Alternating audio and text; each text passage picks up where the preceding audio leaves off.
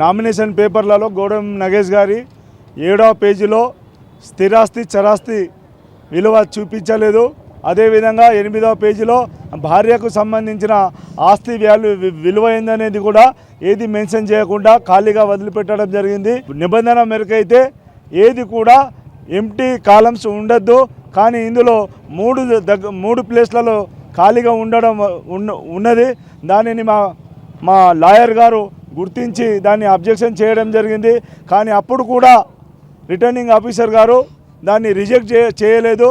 మరి అదేవిధంగా చిన్న పొరపాట్ల వల్ల సూరత్లో కానీ ఉత్తరప్రదేశ్లో కానీ రిజెక్ట్ చేయడం జరిగింది.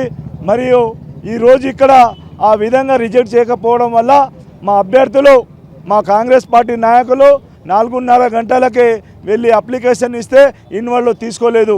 ఇప్పుడు మా మిత్రుడు కంది సీనన్న మరియు మా కాంగ్రెస్ పార్టీ వర్గం అందరూ కలిసి ఇక్కడ డిమాండ్ చేయడం వల్ల చివరికి రిటర్నింగ్ ఆఫీసర్ గారు పిలిపించి మా అప్లికేషన్ని తీసుకోవడం జరిగింది. అంటే ఇప్పుడు దాదాపుగా దీనికి సంబంధించి లోపల ఆర్ఓ గారు ఏమన్నారు అంటే మీ యొక్క ఫిర్యాదు తీసుకున్నారా? తర్వాత ఏం చర్యలు తీసుకుంటారు?